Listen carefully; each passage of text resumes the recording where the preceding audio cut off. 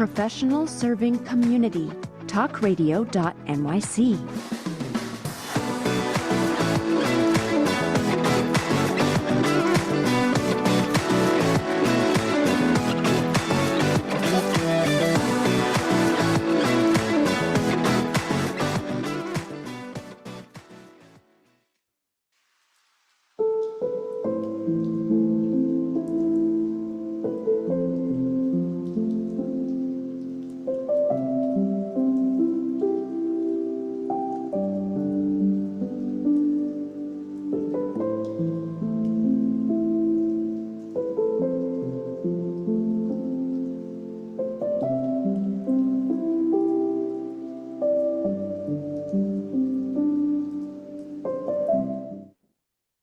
Hello, everyone. Welcome to the A Train to Sedona. I'm Linda Marsanico. The A Train to Sedona is also the name of a book I wrote, a memoir about my journey to love and compassion. I wrote it to have my voice be heard, but also, importantly, in the hopes that my journey will inspire yours. You can buy a signed copy of the A Train to Sedona on my website, lindamarsanico.com, on Buy the Book page. You can get an unsigned copy at retail and bookstores. If you'd like to read the first 7 pages for free, you can go on amazon.com.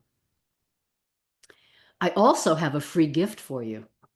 It's called the Cheat Sheet for High Vibration Living. 7 tips to keep your energy focused in the present moment. It's so important to have in your toolkit at this time, which is so unpredictable. And you can download that on my website at lindamarsanico.com. I'd like you to hop on board to the show. I do have 2 disclaimers. The broadcast does not establish a professional relationship. And number 2, that the opinions expressed here do not represent Talk Radio New York City. Today, my guest is Frank Harrison. Frank R. Harrison is a passionate executive and healthcare advocate with 30-plus years of experience spanning the financial services, entertainment, and new media industries. For the last 3.5 years, he has become focused on healthcare as a mission, utilizing all of his experience to become a leader to the audience he reaches over multiple channels. Frank's education spans top-notch institutions that have provided the foundation for entrepreneurship. He has learned from top-notch institutions, as I've mentioned. I haven't mentioned them yet. Brooklyn Technical High School, New York University, Fordham University. He has learned from these fine institutions and has achieved a certification as a public health advocate through Cornell University in conjunction with the New York State Department of Health. The most recent accolade was achieved during the COVID-19 pandemic, and he has been able to put this work to use on his podcast, Frank About Health, which we'll talk more about in the broadcast. Currently, Frank is channeling his expertise and passions into filmmaking, content production, and developing medical education programs. He is working towards releasing a documentary this year, aiming to leverage his diverse experiences and insights to create a compelling narrative that resonates with a wide audience. This project is an extension of his career and a testament to his lifelong commitment to learning, innovation, and making a meaningful difference. Frank, welcome to the show. Oh, it's my pleasure, Linda. And like when you were first on Frank About Health, I was bringing you into the talkradio.nyc family, which it truly, especially as that time has passed and you've grown with the show and I've been watching and I see all the spiritual guidance that you provide. It's been inspiring to me. And especially now as I've been going through some challenges and had to take a hiatus longer than I'd planned, we've come full circle. You're bringing me back into the family, which I already know is there, but I actually miss everybody, because I can't believe that the last show that I did was in November, and here it is already March, December, January, that's 4 months. I was planning on coming back in February, but life has other plans, or life happens while you're making other plans. A quote from John Yes. Lennon, by the way, you know. So I'm just grateful that before I do come back, which like you said, we'll talk about later, I'm grateful I'm able to warm up again by being with you today. Well, you certainly warmed me up on the Thursday before my October 23 introduction, a sort of trial by fire, never hosting anything like radio before. So we Yeah, can thank each other. exactly. So, my first question, Frank, Sure. is when you think back to your childhood and adolescence, those influences, how do they bring you to where you are today? Wow. Well, in my childhood and adolescence, that would be 13 through 18. I considered that prior to college. Hmm. So, and actually I entered when I was 17. So let's just say 13 through 17. Um, I was a bookworm. As you said, I was at Brooklyn Technical High School. I was in a very comprehensive major. They had a concentrations for high school students in that high school. It was called the Math Science Institute. I was doing calculus when I was 15. Mm. I was aiming for, I don't know, maybe just perfect Regents exam scores, or maybe just to be the math whiz. I really didn't have a goal in mind other than to be as perfect as I seemed to be on my exams and in all of the math that I had taken way before my time. So I guess the inspiration was knowledge of my own talents and in my brain. I knew I was highly analytical, Hmm. so that would be one thing. However, another aspect is that during that high pressure season in my adolescence, Hmm. I had a love of music. So I Mm. would do impersonations of 80s artists at the time. I do a massive impersonation of Michael Jackson. I used to be paid for doing it, you know. Whoa. And believe it or not, I would do them on a moving N train across the Brooklyn Bridge after school, and I would be getting paid. I would be doing Michael Jackson's Billie Jean. I would be doing, at that point, there was an 80s band named Culture Club, and I Yes. would be impersonating, I don't know, I think the song was I'll Tumble For Ya.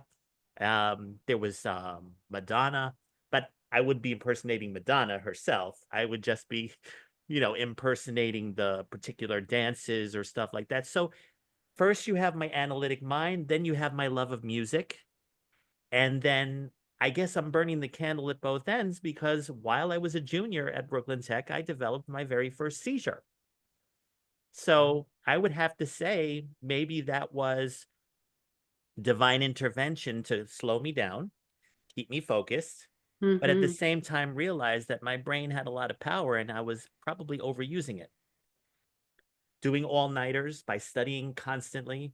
Yeah. As I said, doing all these performances for entertainment and last minute cash if it was given. I didn't go looking for it, but simultaneously having the seizures to put me at rest.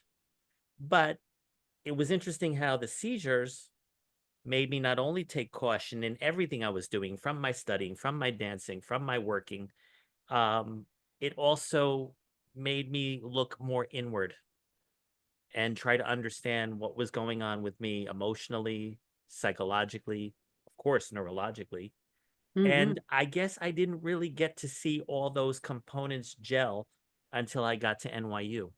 And in those 4 years, that's when I really began to understand what was my motivation in my life, my personal life, my professional life, stuff like that. But that's what they say. High school like gives you the toolkit, and when you go to college, that's when you put it together and create Mm. hopefully the proper career path or something like that. So I was very simplistic about everything and chose business. So I ended up in business school and I knew I loved entertainment, so I did marketing. And because of my epilepsy, I minored in psychology. So I think what I'm really trying to say is that my adolescence motivated me to find a way to take my skills and not be mindless about it. Just Hmm. look at the events that were going on and try to carve out a path of what to follow. I don't think that I ever really set up like a vision board or Hmm. goals. I want to be this when I grow up. I want to do this. I want to do that. It was more of, okay, this is what I have. Let me see what I can do with it. And then everything that progressed and followed through was all, it seemed like it was provided to me, but in actuality, it was my actions that brought them to me.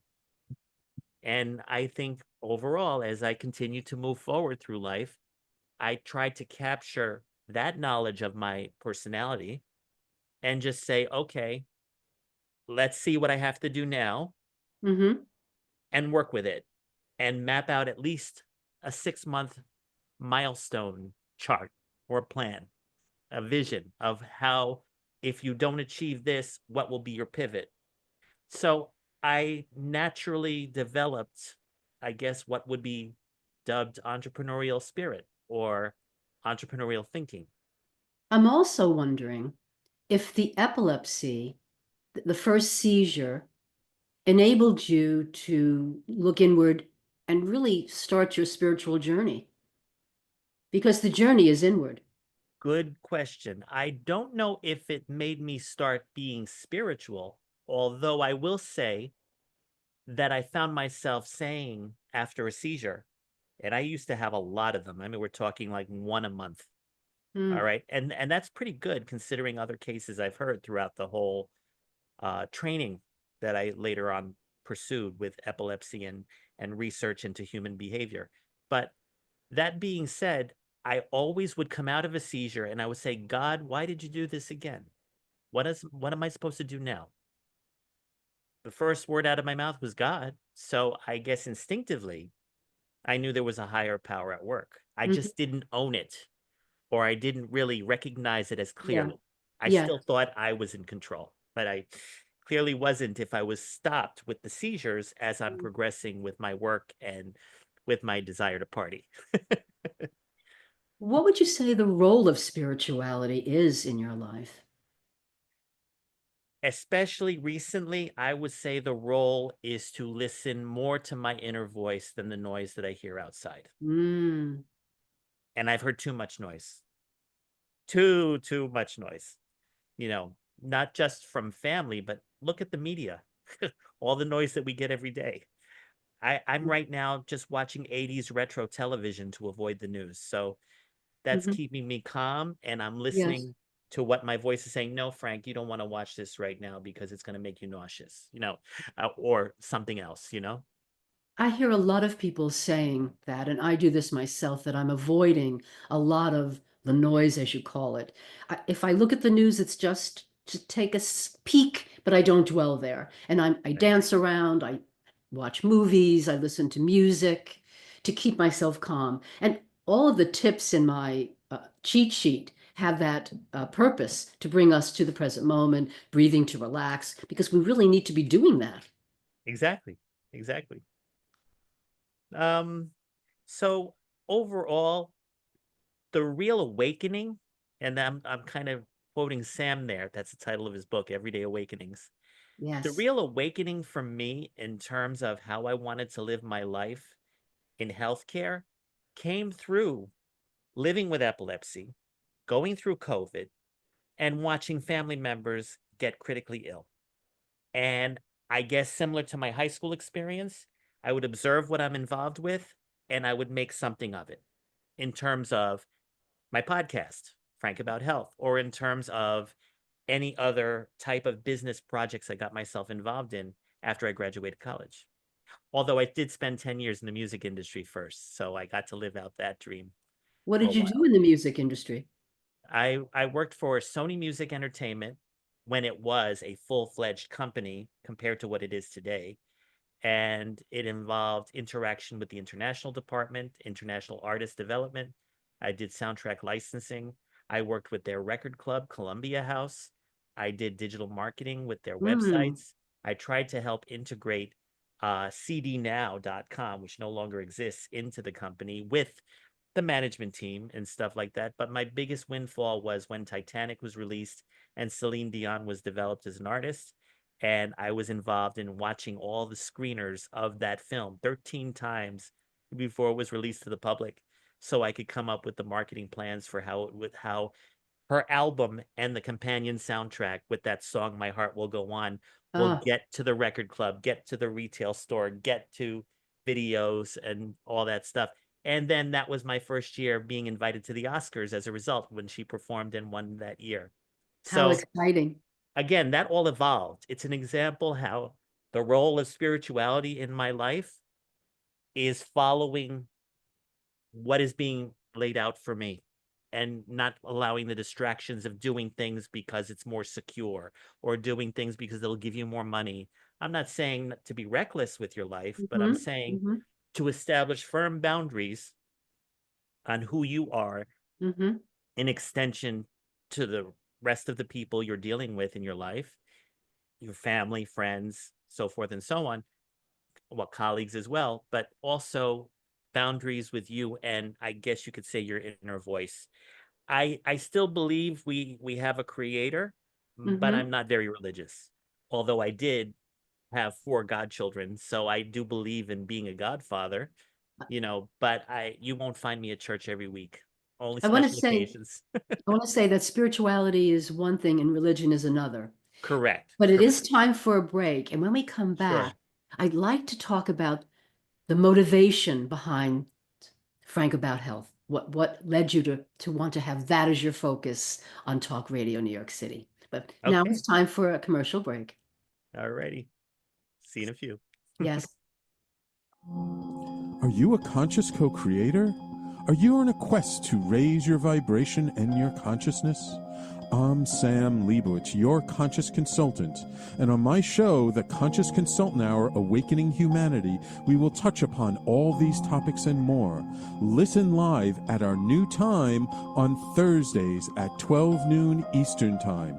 That's The Conscious Consultant Hour Awakening Humanity, Thursdays 12 noon on talkradio.nyc. Are you a high-achieving, growth-oriented leader? Are you interested in developing your authentic leadership while creating a healthy, inclusive workplace? Hi, I'm Dr. Mira Brancu, host of The Hard Skills on talkradio.nyc at 5 p.m. Eastern on Tuesdays, where we discuss how leaders develop the hard skills needed to make a greater impact. We interview experts, have live coaching, and tackle these challenges. Listen to The Hard Skills on Tuesday at 5 p.m. Eastern on talkradio.nyc. You're listening to Talk Radio NYC. Uplift, educate, empower.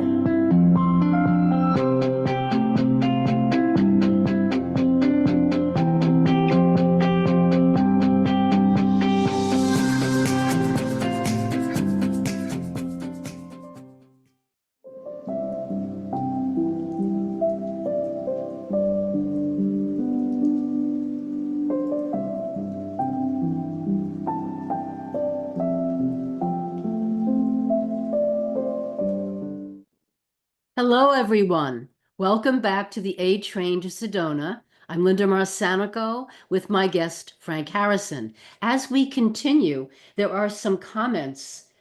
One is an anonymous one. Man, a documentary sounds cool. The person who edited has to be pretty awesome. And then the next one is a YouTube comment from my friend Gwendolyn Green Lindberg. Hey, you guys. Hey, Gwendolyn. Hey, everyone. So, my question, to get back to what we were mentioning prior, Mm-hmm. what was the motivation for your beginning Frank About Health?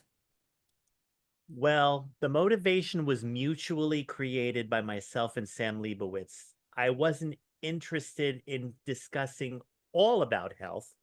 I was more motivated to discussing epilepsy. Epilepsy, even prior to COVID, was still considered a stigma to have. Right now, it's considered a hiccup. It's amazing how a pandemic completely did the change for me. So that would be one note I just wanted to make clear. Yes. And the reason is because being that it was a stigma at the time, I had been introduced to Sam by a mutual friend of ours. And I was interested in doing what I can to rebuild my image because I had gone through ongoing seizures at the time. I had tried to build another business. It was called MedCash. And due to the seizures, the business fell through Oh. and it was depressing. Mhm. Mhm. And, the people that I was working with on that business had said, why don't you go ahead and revamp your social media image? And then I was introduced to Sam to do a podcast. So I was going to call it Frank About Epilepsy. Ah. And he himself, he's a good marketer. He Mhm. knew that if it's a stigma, how am I going to attract an audience? Mm. Right. But he didn't say it in those words, but that was a subtle message. It was call it Frank About Health. And then you can open up the window to talk about anything else that maybe I was going through. And being that I had just finished my master's degree in neuropsychology Mm. and did a whole thesis on the mental health attributes of epileptic patients, or even autistic patients, people on the spectrum rather. Mhm. How are they impacted through depression or anxiety, or how does depression or anxiety impact their other disorder? Like, is the comorbid disorder the epilepsy, or is the comorbid disorder the mental health issue? So that opened up a new door by Mm. calling the show Frank About Health to not only discuss epilepsy, but to discuss mental and neurological health and its relationship. Mhm. So I think we did in 2016. That's when I actually first came to the network. We did, I think 20 shows. I'm not even sure, but my seizures were coming fast and furious. So I ended the series, and I also was working for Hilton Hotels at the time. Mhm. So I ended that job Mm. and I spent a year away getting tested to see if cannabis was going to heal, Mhm. but it didn't. I mean, it actually made me gain a lot of weight. So Mm. it actually stopped one of the types of seizures, but the other one continued. So I still take medication for it. And Mhm. then as I'm rebuilding my life again in New York in 2018 at this point, my father is going through cancer, radiation and stuff like that. Mm. So I was not doing well up here. Yeah. And to make matters even more worse, I mean, of course, cancer radiation and the treatment, I mean, it may have felt like a year, but it was 2 years or so. And then 2020 hits. 5 years ago today, in fact, New York was shut down, okay, for COVID-19. So the thing is that now I'm living with my father and mother, Mhm. doing what I can as their healthcare proxy, but I can't leave the home to my other home, which has now been removed, right? So I'm quarantining with them, and then I get COVID. Oh dear. So I have to quarantine myself in my room Mm. because my father is rehabilitating from radiation. I don't want to be the reason why he dies. He gets COVID and that kills him. I mean, Absolutely. Yes. Yes. so my mental health was tested. Obviously, I got COVID, so my entire system was tested. Believe it or not, I didn't have any seizures. So Isn't that that was in itself. interesting? Yeah. And then I did discover that there's no relationship between COVID and epilepsy. I mean, epilepsy is discharges, electrical discharges. It's not an organic illness like cancer or like a virus. So Mm.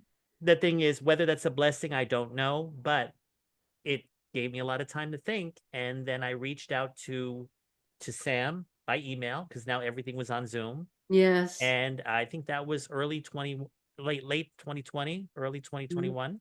Mhm. And I wanted to come back and discuss COVID-19. And he said that again, his marketing genius, they only know you as Frank About Health. So I debuted the show on May 21st, 2021, or the new version of it on Mhm. Zoom, which you are now on. I mean, because I remember the time we were in his studio, we had Oh. microphones hanging down, phone in calls from your guests. stuff like that. But that's what the pandemic had done. It had changed all of our lives in different ways. But in my case, I would say that what we talked about in the previous segment, with the way that I'm faced with situations and now I'm left to my own devices to create, I don't know, opportunity or path forward or whatever. I truly was a health advocate for my parents Yes. and now a big advocate for COVID. And my former employer, Hilton, wants to jump on board because they turned their hotels into essential worker hotels. So they're talking with me at long duration of times for being a potential sponsor, being a distributor, so forth and so on. So that's when I really had, I guess you could say, the muscle to come back to talkradio.nyc and really be a professional advocate. That's also by the, during the pandemic is when I got my certification from Cornell. So my career is forming in front of my very eyes. So I wanted to put it to work with the one person who knew me when it all began, which is back in 2016. And that was Sam and talkradio.nyc. And it definitely thus far had been a good 3.5 year run. And Talk Radio New York City is such a lovely family. We have meetings every month, listeners, just so you know. And Yes. one We have one a host week from today. We do. Yeah. And it's a lovely group. We're all heart-centered and very supportive. Yes. I want to transition. We have a few minutes before our break, but I know that you've experienced a major loss of a dear friend. Yes. Are you wanting to talk about that? Share with Oh, our absolutely. listeners? I would have to say that, I mean, are we talking about that now or in the next section? Well, which would you prefer? Well, based on all that I have to say, I would prefer the next section because it might take the whole amount of time. But Okay. I mean, maybe we have time now. I don't know. Do we have 2 minutes left yet, or are we Well, still good? let's go with your desire. We can always begin this Okay. next session with the loss of your dear friend. Okay. Can you tell me how you see yourself being loving and compassionate?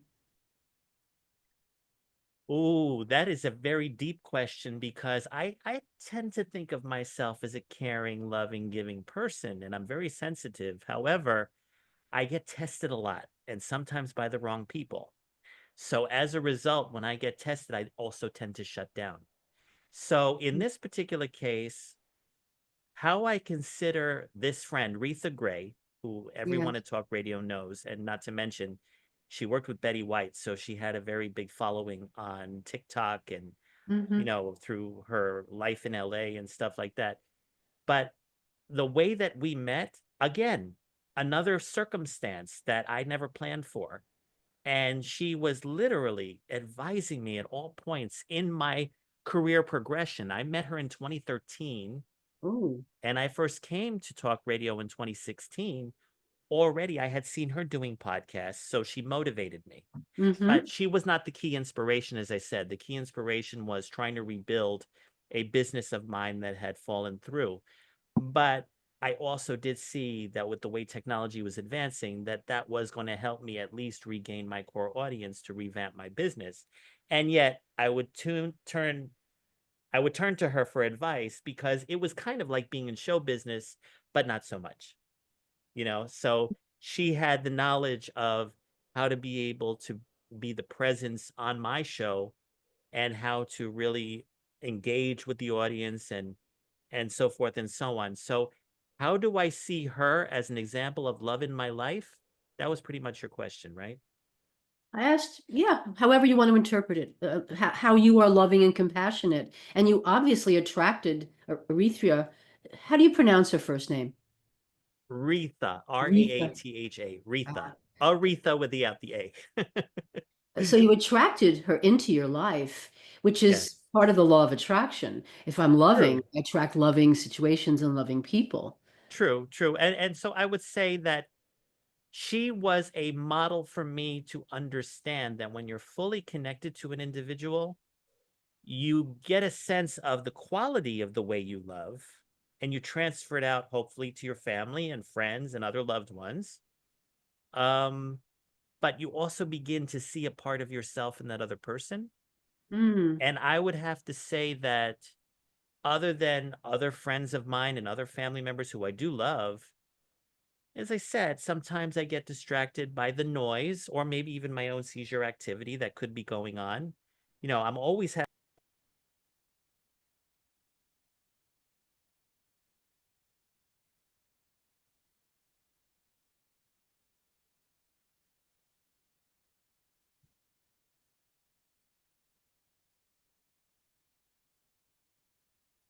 I don't know if anyone can hear me. We've lost some kind of power, but I'll take this opportunity to have a break. And we'll come back and talk about Retha Gray and her loss to Frank Harrison. Were you an essential worker during the pandemic? If you needed to learn stages of epilepsy, did you depend on advocates? Did you use new innovations to cope with mental and neurological issues? Maintaining high quality of life and keeping good mental health are what we all strive for. I'm Frank R. Harrison, host of Frank About Health, and each week top healthcare influencers, professionals, and innovators answer these questions and more. Stay tuned on Thursdays at 5 p.m. on talkradio.nyc, and I will continue to be frank about health with all of you. Are you a conscious co-creator?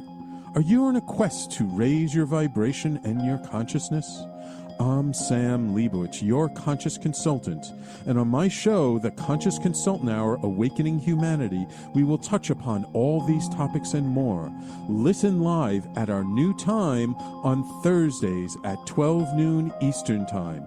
That's The Conscious Consultant Hour, Awakening Humanity, Thursdays 12 noon on talkradio.nyc.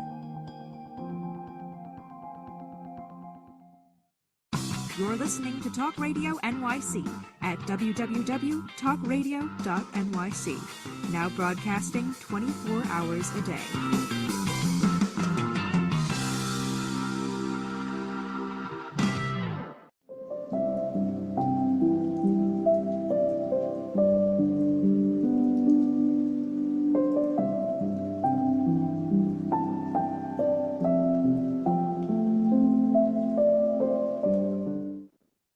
Hello, everyone. I'm Linda Marsanico. Welcome back to the A Train to Sedona. Now, we have experienced some technical difficulties. During the last part of the interview, Frank was frozen, although we could hear his voice, and our engineer, Jesse, is working all the problems out. So here I am, and I hope you can hear me. I want to say that I thought I would actually read something I think could be helpful from the A Train to Sedona. I have reflections at the end of every chapter, and this reflection is a very lovely one. It's on page 106. Yes, you need to be kind to yourself. Your self-talk developed from the attitudes of your childhood will need to be updated to reflect the person you wish to become. And so now I see Frank lively and healthily in front of me. And I thank you, Jess, for getting the bugs out, and we can continue with the A Train to Sedona more formally. So Frank, I'm interested in hearing about the loss of Retha. Somehow, for some reason, I can't pronounce her name, so I'm not going to try. Please okay. tell us about that loss. I know it was quite significant. Okay, but before I do, if you don't mind my saying, did we already go to another commercial? We As did. far- Okay, Yeah. all So right. So we this is have a good 10, 13 minutes. okay. As I was saying before I froze out, is that thanks to knowing Retha, I learned how to integrate my love, compassion, and spirituality together. And I began to own the events and circumstances in my life more quickly, more productively, and to eliminate the noise around me so I can keep focus. That's why she Wow. was so dear to me. 12 years I've known her, but I felt like I knew her my whole life. So, how can I tell you about her passing? First of all, my last show before I took my hiatus featured Retha, and it was right before the Thanksgiving holiday. And she had just won a Lifetime Achievement Award in Beverly Hills for all her humanitarian efforts. She also is a health advocate. She has worked with seniors who were in nursing homes. She has worked with homeless people. She had worked in missions. She went to Africa to feed the hungry. But at the same time, she was an actress and she was in commercials and she was doing movies and she had a TikTok series called Retirement House. And yet she also had the time to come on Frank About Health. She did 10 episodes with me. And as I was saying earlier, she was also one of my core inspirations for doing the podcast, even though, as I said, it was more driven by my epilepsy and my relationship with Sam and being guided how to rebuild my lost business model that Yes. fell apart back in 2014 or 15 or whenever that was. So my history prior to meeting Retha is I split everything. I did not see the big picture. But thanks to knowing her and relating with her, even though during the pandemic it was only on Zoom or she was 3,000 miles away, I felt like I'd known her my whole life. So how did I find out she died? Well, the irony is, I've been working on a documentary reflecting and Yes. documenting all about Frank About Health and what I'd been doing since the pandemic, so forth and so on. I was actually viewing it and I was watching the scene with Retha and Betty White chugging on glasses of wine, as it's a YouTube clip that a lot of people have been able to download. And I hear Betty White say, "We're going to live forever." And my phone all of a sudden lights up and I'm getting a text from her husband telling me she had a stroke and a heart attack and she's attached to a respirator in ICU at Cedars-Sinai Medical Center. And I'm like, I'm floored. Yes. I'm out of my body Yes. because I'm literally watching right there her chugging with Betty White. "We're gonna live forever," and I'm getting this announcement. So meanwhile, I was also showing it to one of the individuals that is featured in the documentary, Maurice Elkovich, who's been a regular on Frank About Health, and he's just talking to me his feedback, and I'm not really listening to him because I'm just saying, let's get over with this. I want to go and call her husband. So when I call her husband, I mean, of course, everything ends with the documentary. I say goodbye to him and I call. He's telling me that we think she's going to recover. She just needs to be put on a respirator so we can, they had to clean up her arteries or blockage, stuff like that. But I'm like now on walking on broken glass because I'm hearing she's still alive, but I have no access to her. I can't speak to her. So at least he, her husband, is asking me, who does she know in your circles that can come in? And Jose Dennis, who's my business partner, comes in and he prays because he also worked in, he was a choir director for his church. So he leads a prayer group for her. On the phone, she's hearing it from what I hear, from what I understand. The whole family's around. Her cousin, who worked with me and Retha on another documentary, another healthcare documentary back in 2013. And I'm literally giving my prayers and stuff like that. So truly, that was a spiritual moment for me. Now, in terms of her going under renal failure, that was the end of her life. Okay. She asked through her advance directive to be pulled from the machines if they knew there was nothing they could do. Yes. So I knew, well, the whole family knew, and I knew she wanted to go. It's not like there was nothing they could do when she was helpless and saying, "No, please don't detach me." It wasn't as maudlin as one could expect, especially when you don't see anything. You're just hearing it on the phone, right? But the thing is, the night before she died, actually the night, I think it was after Christmas, going into New Year's. So pretty much 2 days after Christmas, I had a dream about her. She was wearing a fur coat and she was on a steamer train. Talk about the A train to Sedona. All right. The steamer train is pumping gas out and it's moving. And she's saying, "Take care, Frank. Everything's going to be cool." I woke up I woke up, I said, but I know she's still alive. So I then speak to the pastor of my Jose Dennis's church, and he does a prayer for her. And when I told him the dream, he said, she will be passing on, but she's going gladly. She's going very happily. All right. And for some reason, I was calm about that. I didn't feel depressed or sad. So lo and behold, the day that she passed was New Year's Eve. 2 years to the day that Betty White passed. Ooh. So all those vibes and signals were going through me. This is what she wants. Yes. You probably want to, I make a joke, but I don't want to be lighthearted about it too much, but she wanted to go and meet Betty at the pearly gates, I mean, Why not?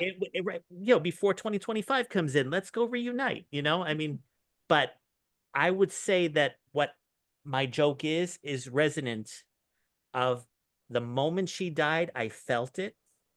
I was eating a sandwich that I just ordered, and I just dropped it. It was 8:01 p.m., New Year's Eve. I'm looking at my parents, and Jose came to visit because he's also a cook, so he wanted to make New Year's Eve goodies for all of us, and stuff like that. And he goes, what's wrong? Why talk about karma? That very individual is calling me right now. So he must know that I'm talking about him. Well, he picked up the vibe. There's a resonance. Yes. Yes. So the thing is, though, at 8:01 p.m., I dropped the sandwich and I said, Retha just passed. I didn't know that for a fact until at 8:30, her cousin calls me and said the time of death is 8:01 p.m. It was her goodbye to you, Frank. Yes. And literally between New Year's and about mid-January, I would be faced with questions about my cousin, because that's when the upheaval is going on where she needs to be out of her house. She needs to be put into an ambulance and sent to the emergency room at Columbia Presbyterian because she's now wandering. No.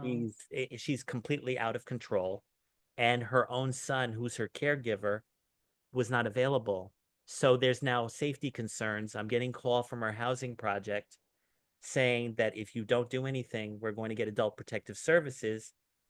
And lo and behold, Retha, I feel Retha's voice. Frank, you know who to call. Your mother is the next of kin. You're only the cousin. You just have to get your mother involved to make the call, and you're the healthcare proxy. I literally, within it felt like a couple minutes, but within 30 seconds, I knew exactly how to handle it. Instead of, what am I going to do? This is illegal. I can't do this. I'm only the, I felt came right in. Yeah. So that was a telepathic message from Aretha. Yes. Yes. And then lo and behold, her, what do you call it? Her tribute to life service. She did not believe in funerals, and she was already cremated. So I was invited by her husband, as was Jose, because he's also a singer. He's a caregiver. He's a cook. He's a singer. And not to mention, he's co-producing a lot of the work. He co-produced the documentary that she is very much featured in. We both went on a trip to LA, spent 4 days. I had headshots of her, including a clip from the documentary. And I could feel her telling me how she wants to be celebrated. I wrote the speech down, but I didn't even look at it after I wrote it. It just came out of my mouth. And at the same time, I was finding myself saying, this is exactly what Retha is telling me to tell you all. So for some reason, I'm not looking at my own speech, but I hope you got the message. And then when I look at the pictures, I find myself talking to her. I'm actually saying, and now Jose is going to sing for you to pay tribute to your life on your new journey. And I felt it was a celebration of life, and I felt her there. So losing her, of course, was sad. No question. It felt devastating at first. But as the time has passed, I know she's happy. I feel it in my life. I mean, I feel it in my bones. So, and sometimes I find myself like with the recent situation with my cousin, I say, okay, Retha, I know this is what you want me to do. I find myself saying that. That's So, wonderful. You have a mentor, a yes, spiritual mentor yes, who, yes, who you channel, who telepathically communicates. This is yes. amazing, Frank. Yes. Yeah, and I would say that, I do miss her. Like I miss my weekly phone calls to her, but I find myself saying, "Well, I can't call you, but I'll just talk to you." I mean, Yes, indeed. so I have learned a lot in terms of coping with that kind of loss. I mean, I have lost other people, other family members in the past, but it would be a 3-month or 4-month grieving process, and I still would not be comfortable about certain things. But in this particular case, I feel like all is well. I mean, so the big lesson learned is I'm more engaged with my spiritual side. And I guess going back to your earlier question, I do define my act of loving individuals. They have different levels depending on who they are. But when you love somebody enough that they are part of you even when they've passed, Mm, it's loving to me is also a form of identification. mm, So on Frank About Health, I may talk about people who are unaware of their identities and therefore they become narcissistic. I've had, talks on narcissistic personality disorder or people who um, are just traumatized based on other issues that have happened in their life, including ongoing health crises. There's still the fragmentation of their sense of awareness and their fear and their dread. But after an experience of knowing Retha, both in the past and posthumously,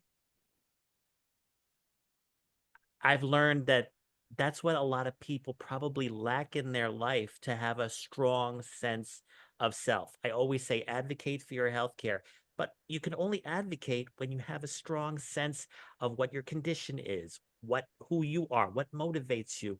What is mhm. your motivation in terms of the illness? Do you want to pass on or do you want to live your life and fight? You know, a lot of people unfortunately don't ask themselves those questions. So Frank About Health will continue actually in Retha's memory. I think Retha wants me to continue the show.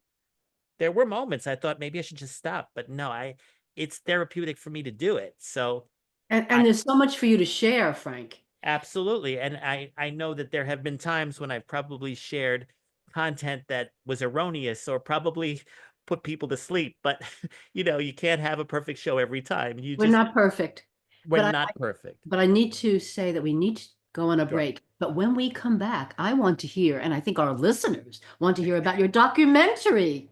Yes, And absolutely. Retha, so take it away. We're going to have a commercial now and be back to talk about the documentary. Okay. We see in a few. Hey everybody, it's Tommy D, the nonprofit sector connector coming at you from my attic. Each week here on talkradio.nyc, I host the program Philanthropy in Focus. Nonprofits impact us each and every day, and it's my focus to help them amplify their message and tell their story. Listen each week at 10 a.m. Eastern Standard Time until 11 a.m. Eastern Standard Time right here on talkradio.nyc. Hi, I'm Linda Marsanico. The A Train to Sedona is a memoir about my journey to love and compassion. It's also the name of my new broadcast on Wednesdays at 12 noon.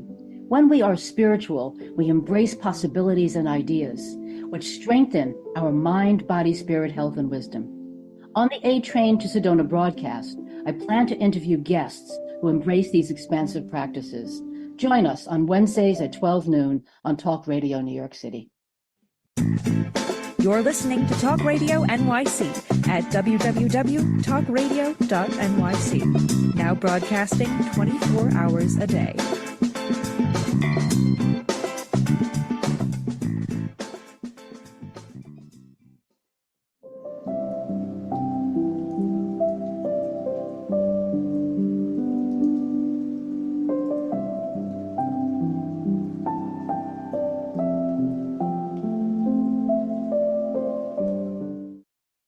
Hello, everyone. Welcome back to the A Train to Sedona. I'm Linda Marsanico with my guest, Frank Harrison. And Frank, we really want to hear about your documentary. Okay. Well, I can tell the title out loud at this point. It's called Being Frank for the Future of Healthcare. Ooh. Exactly. And I guess it talks about my life, but it also talks about the impact that Frank About Health. Oh my God, I've been corrected. It's Being Frank for a Healthy Future. Thank you, Okay. Jess. Thank you. I appreciate it. And you're absolutely right, because ironically, I'll be seeing my lawyer in a couple of weeks to get it all copywritten and trademarked before I release it. Now, one of the things that I was planning to do was release it in January. That was the reason for my original hiatus. But with the passing of Retha Gray, I had to get permission to feature her through the estate. At the same time, I also had to get the permission from her family, because her family was concerned that, I guess anybody would be, that because of her profile, that I could be capitalizing on her passing. When Mhm. you are a celebrity or an artist, sales go through the roof when you pass on. And I know that from the music industry. So the case with Retha was a no-brainer. They loved the documentary coming out. They figured it would be a posthumous tribute to her. Um, Even her cousin, who worked with us on a previous documentary 10 years earlier, had thought maybe that I named the company, the production company, Healthy Media, after Retha. Even her manager thought that. And I thought, well, to be honest with you, I think, based on our last segment and how I told you the influence she had on my spiritual life in the last 3 months, I think I'm going to take Frank About Health in that direction, like something that would be Retha approved, or do I know this content is suitable? I have to be more selective, because I unfortunately, in my mistakes, had discovered certain guests that were not forthright with me. And as a result, I've decided to be more disciplined in my approach towards selecting them, Mhm. and exactly do it like if I was an agent trying to book someone on a commercial or on a television show. But that in itself became, no, they don't want the company named after her, even though it was their idea, because unfortunately, with any estate, there are family members that like to get their share. So Yes. for the best interest of Retha and me, they said, just make sure that I work with the manager on any revenues driven by the documentary. So that being said, another reason why I am delaying the release is because I'm going to repurpose it to be more reflective of those guests that had impact on the show and its future of advocacy. The way it was originally produced involved partners that are really not going to do me justice going forward. So I have to really question that. And hopefully, with my attorneys that I'll be meeting, they'll be giving me their guidance as to what the next steps will be. So even though I know we got a comment that it was a long time ago, doesn't matter. With Retha in it, it'll be present day, even if It'll it be becomes, timeless. It'll be it'll be time. timeless. Exactly. And Exactly. remember, Frank, you are in a position to receive ongoing communication that makes it very timely. Exactly. Exactly. I feel it. I feel it.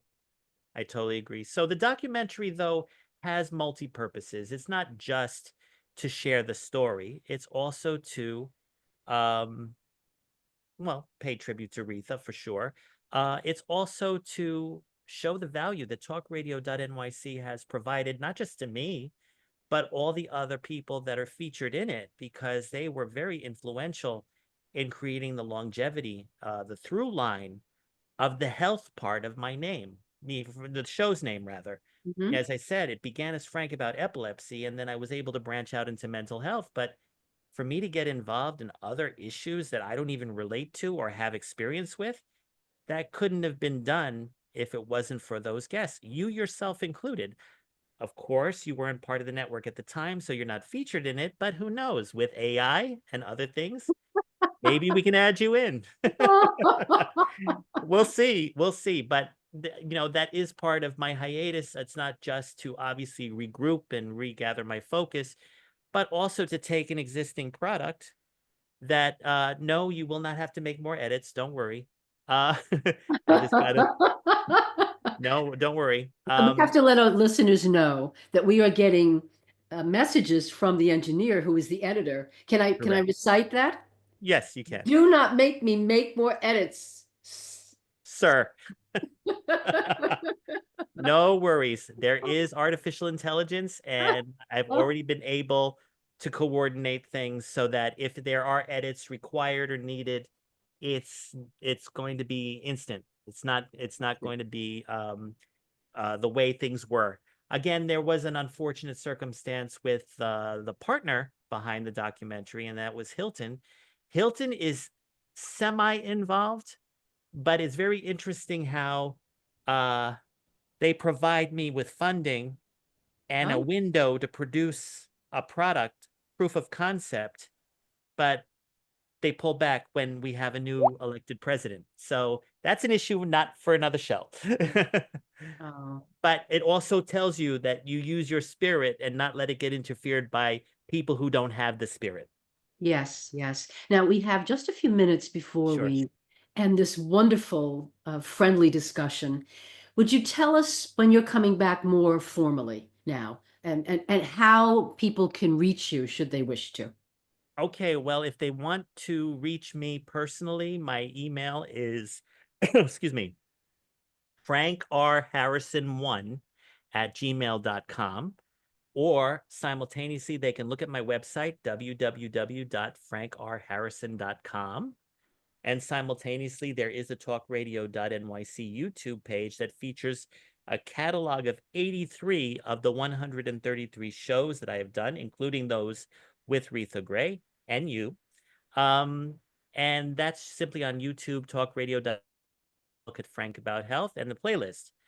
But in terms of when I'm formally coming back, I've been toying around ideas and stuff, but I'm involved in negotiations with a top-notch medical professional who I'm going to get very involved with in moving forward so that I really become a true healthcare advocacy platform.